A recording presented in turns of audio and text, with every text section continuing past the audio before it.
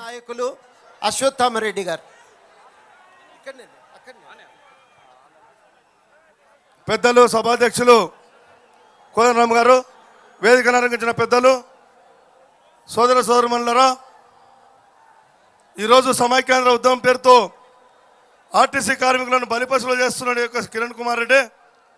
ఇప్పటిదాకా జేఏసీ నాయకుడు వెంకటేష్ మాట్లాడుకుంటూ భీష్మునితో పోల్చిండు ఆయన, కానీ ఆయన భారత సంగ్రామంలో శిఖండి పాత్ర పోషిస్తున్నాడు ఈరోజు కిరణ్ కుమార్ రెడ్డి గారు శిఖండి. మరి ఈరోజు సమైక్యాంధ్రులు వచ్చి ఈరోజు తెలంగాణను మేము డెవలప్ చేసినాం, తెలంగాణకు సంస్కృతి నేర్పినామంటున్నారు. సమైక్యాంధ్ర ముందే 1932లోనే తెలంగాణలో 5 డిపోలు ఉన్నాయి. తెలంగాణలో 5 డిపోలతోనే 27 బస్సులతో స్టార్ట్ అయింది.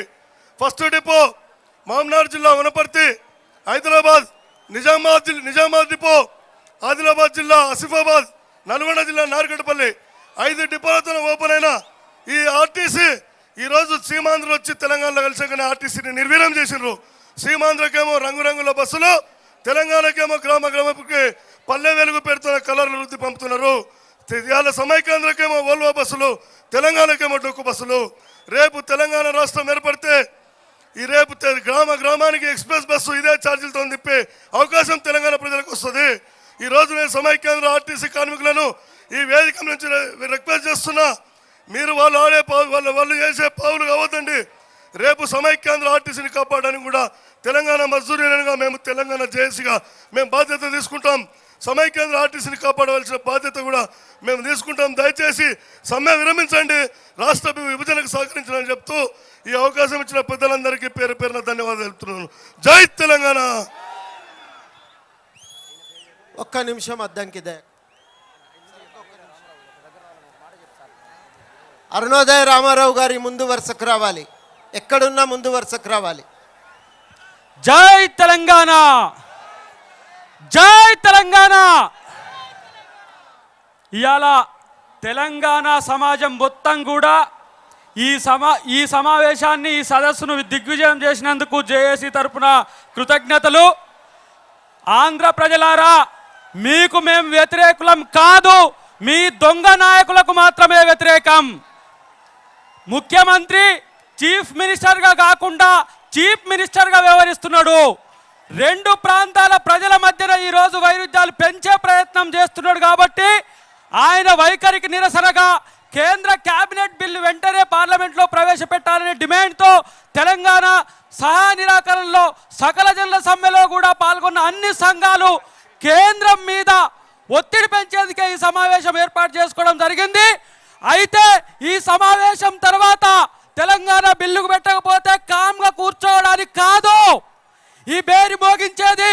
రేపు కాంగ్రెస్ పార్టీ యూపీఏ మెడలు వంచి తెలంగాణ తెచ్చుకోవడానికి మనందరం కూడా బేరిని మోగిస్తున్న అంశాన్ని మీ దృష్టికి తెస్తూ ఈ ముఖ్యమంత్రి కుట్రలను తిప్పికొట్టే విధంగా భవిష్యత్తులో తెలంగాణ జేఏసీ కార్యాచరణ ఉంటుందని తెలియజేస్తూ జై తెలంగాణ, జై తెలంగాణ. మిత్రులారా, అడ్వకేట్స్ ఈ ఉద్యమంలో చాలా కీలక పాత్ర పోషించారు. ఇవాళ ఈ ఉద్యమం బలంగా నడవటంలో వాళ్ళు నిర్వహించిన పాత్ర అందరికీ తెలిసిందే. ఇప్పుడు అడ్వకేట్ జేఏసీ తరఫు నుంచి రాజేందర్ రెడ్డి గారు మాట్లాడతారు. స్క్రీన్ రిపేర్ చేస్తున్నారు, ఒక 2 నిమిషాల్లో స్క్రీన్ వస్తుంది. ఇక్కడ కింద ముందు ఉన్న మిత్రులకు విజ్ఞప్తి, ఇక్కడ సౌండ్ సిస్టమ్ ఉంది, స్క్రీన్ అరేంజ్మెంట్ ఇక్కడ నుంచే జరిగింది. ఒక్క నిమిషం అట్లే నిలబడండి. ఇక ఇన్ని రోజులు ఒంటికాల మీద తపస్సు చేసినాం, ఇక గంట చేసుడు మనకు పెద్ద కష్టమైన పని కాదు. మీరు ఉంటారని కూడా నాకు తెలుసు, నేను ఉంటా, మీరు కూడా ఉండాలి. జై తెలంగాణ. అడ్వకేట్ జేఏసీ తరఫు నుంచి రాజేందర్ రెడ్డి గారు మాట్లాడారు.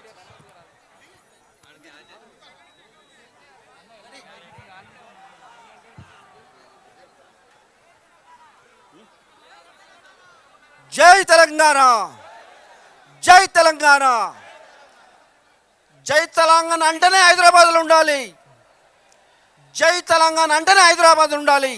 జై తెలంగాణ అని వాడు హైదరాబాద్ ఉండడానికి లేదు. అటువంటి ఉద్యమాన్ని తీసుకెళ్ళాలి. సీమాంధ్ర నాయకులారా, సీమాంధ్ర న్యాయవాదులారా, తెలంగాణకు వ్యతిరేకంగా ఏ ఉద్యమం కూడా హైదరాబాద్లో పెట్టనీయమని కూడా మేము చెప్తున్నాం. మీకే ఉద్యమం పెట్టుకున్నా గుంటూరులో పెట్టుకోండి, వైజాగ్లో పెట్టుకోండి, ఇంకొకటి పెట్టుకోండి. హైదరాబాద్లో మాత్రం తెలంగాణ వ్యతిరేకమైన ఏ ఉద్యమం కూడా చేయమని చెప్తున్నాం. మీకు వార్నింగ్ ఇస్తున్నాం, ఖబర్దార్ అని చెప్తున్నాం. మీరు ఆంధ్ర న్యాయవాదులారా, మీరు 100 రోజులు మీకు హైకోర్టు కావాలని పోరాడారు. ఆ రోజు మేము సహకరించాం. ఎందుకు? మీకు అన్యాయం జరుగుతుంది సహకరించాం. ఈరోజు తెలంగాణకు అడుగుపడడానికి ఎందుకు వస్తున్నారు? మీరు న్యాయవాద వృత్తిపై ఉన్నారా? ప్రజల హక్కులు కాపాడుతున్నారా? ప్రభుత్వానికి చెంచాయతీ రాకుండా వారిని హెచ్చరిస్తున్నాను. మనం న్యాయవాదులం, ప్రజా హక్కులు కాపాడాలి, ప్రభుత్వంతో కొట్లాడాలి, అంతేగాని ప్రభుత్వ చెంచా కావడానికి లేదు కూడా న్యాయవాదులకు హెచ్చరిస్తున్నాం. మీకు ఒక మంచి అవకాశం ఉంది. గుంటూరులో, విజయవాడలో హైకోర్టు పెట్టుకోండి. ఒక 2 బెంచులు, విశాఖపట్నం ఒకటి, చిత్తూరులో ఒకటి, కర్నూలులో ఒకటి, 2 బెంచులు పెట్టుకోండి. అక్కడ ప్రజలకు హైదరాబాద్ వచ్చే అవకాశం లేదు. అక్కడ విశాఖపట్నం వాళ్ళు అక్కడ పోతారు, చిత్తూరు వాళ్ళు అక్కడ పోతారు, సెంటర్ వాళ్ళు సెంటర్ హెడ్ క్వార్టర్ పోతారు. కాబట్టి లిటిగెంట్ ప్రజలకు కూడా అనుకూలంగా ఉంటుంది, మంచి అడ్మినిస్ట్రేషన్ ఉంటుందని చెప్తున్నాం. అదేవిధంగా నాయకులకు కూడా చెప్తున్నాం, మీరు కూడా ప్రజలకు పరిపాలన మీ ప్రాంతానికి తీసుకెళ్ళండి. ఓ సెంట్రల్ సెక్రటరీ పెట్టండి, రీజనల్ సెక్రటరీ విశాఖపట్నంలో ఒకటి, కర్నూలులో ఒకటి రీజనల్ సెక్రటరీ పెట్టండి. ప్రజలకు మీరు అనుకూలంగా అడ్మినిస్ట్రేషన్ ఇవ్వండి. అటువంటి విధమైన మీకు అవకాశం ఉంది, దాన్ని యూజ్ చేసుకోండి. కానీ తెలంగాణకు అడ్డుపడితే మాత్రం మీకు సరి అయిన బుద్ధిమాన్ న్యాయవాదులు తెలంగాణ చెప్తున్నాం. ఇది కూడా చెప్తున్నాం. ఈరోజు హైదరాబాద్ మీ హక్కు ఉంటున్నారు. ఎవరు హక్కు అంటే మీ ఇటువంటి నాయకులు ఆ రోజుగా ఉంటే భారత ప్రభుత్వం ఇండిపెండెంట్ అయిన రోజు ఢిల్లీ మీద హక్కు ఉందని బ్రిటిష్ వెళ్ళాడు. వాళ్ళు 4 పట్టణాలు డెవలప్ చేస్తున్నారు బ్రిటిష్ వెళ్ళాడు. అటువంటి చరిత్ర ఉన్న మీకు హెచ్చరిస్తున్నాం. ఇక ముందు అడ్డుపడితే మాత్రం తెలంగాణ న్యాయవాదులు ఊరుకోరు. తెలంగాణ ఏర్పడా కూడా సామాజిక తెలంగాణ కొరకు ఈ న్యాయవాదులందరూ ముందు భాగం నుండి ఆ ప్రక్రియలో బాగా పంచుంటారు. జై తెలంగాణ, జై తెలంగాణ. దయచేసి వెనుక ఉన్న వాళ్ళందరూ దిగాలన్నా, స్టేజ్ ఊగుతుందని అంటున్నారు. మిత్రులందరూ కూడా సహకరించాలి. ఎవ్వరు కూడా అక్కడ డిస్టర్బెన్స్ చేయొద్దు. గేట్ వద్ద లాఠీ చార్జ్ చేయొద్దని పోలీస్ మిత్రులకు విజ్ఞప్తి చేస్తున్నా. వచ్చిన తెలంగాణ వాదులందరికీ ఒక సూచన, ఈ గ్రౌండ్లో జాగలేదు. మనమందరం ఇలా హైదరాబాద్కు వచ్చింది తెలంగాణ సాధించుకునేదాకా మేము ఊకోమనే సంకేతం పంపటానికి. అందుకని మనం ఇలా వచ్చి 99% విజయం సాధించినాం. ఇంకా 1% శాంతియుతంగా ఈ సభ జరుపుకొని ఈ విజయాన్ని పూర్తి చేయవలసిన బాధ్యత మన మీద ఉంది. ఎక్కడి వాళ్ళు అక్కడే నిలబడి, ఎక్కడి వాళ్ళు అక్కడే కూర్చొని శాంతియుతంగా సభను వినాలని, విజయవంతం చేయాలని కోరుతూ, నిజానికి ఇంకా చాలామందిని మాట్లాడించవలసి ఉంది. టీఎన్జిఓ మహిళా నాయకురాలు రేచల్ గారిని ఒక్కసారి సభకు పరిచయం కావలసిందిగా కోరుతున్నా. జై. అదేవిధంగా తెలంగాణ గెస్టెడ్ ఆఫీసర్స్ మహిళా విభాగం నాయకురాలు మమత గారిని పరిచయం కావలసిందిగా కోరుతున్నా. తెలంగాణ అడ్వకేట్స్లో వీరోచితంగా పోరాటం చేస్తున్న నాయకురాలు జ్యోతిర్మయి కిరణ్ గారిని సభకు పరిచయం కావలసిందిగా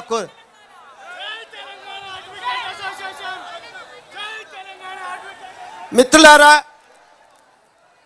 అరుణోదయ రామారావు గారిని వేదిక ముందుకు రావాల్సిందిగా కోరుతూ, ఇప్పుడు గోవర్ధన్ గారిని ఒక 5-6 నిమిషాలు మాట్లాడవలసిందిగా కోరుతున్నా. అక్కడున్న ప్రజలు దయచేసి తోపులాటవద్దు, ఎక్కడి వాళ్ళు అక్కడ నిలబడండి. దయచేసి తోపులాటవద్దు, ఎక్కడి వాళ్ళు అక్కడ నిలబడి సహకరించవలసిందిగా కోరుతున్నా.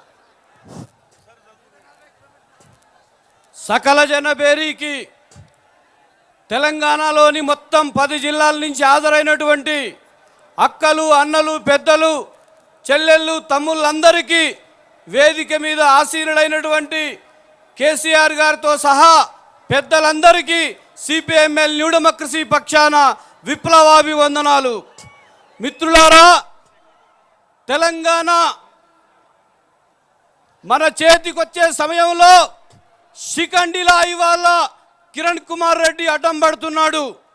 ఈ కిరణ్ కుమార్ రెడ్డి మొన్నటి వరకు అధిష్టానం నిర్ణయాన్ని నేను పాటిస్తానన్నటువంటి పెద్ద మనిషి ఇవాళ రాత్రికి రాత్రే సిడబ్ల్యూసి నిర్ణయం తర్వాత ఊసరవల్లిలాగా మాట్లాడుతున్నాడు. చరిత్రలో ఎవడైనా సరే ప్రజా ఉద్యమాలకు వ్యతిరేకంగా పోతే చరిత్ర కాల గర్భంలో కలిసినటువంటి చరిత్ర అట్లా నిజాం నిరంకుశత్వాన్ని కూడా మట్టిపాలు చేసి గోల్కొండ కిలా కింద గోరిగట్టిన చరిత్ర తెలంగాణ ప్రజలకున్నది. అందుకని కిరణ్ కుమారు, చంద్రబాబు నాయుడు, జగన్ బాబు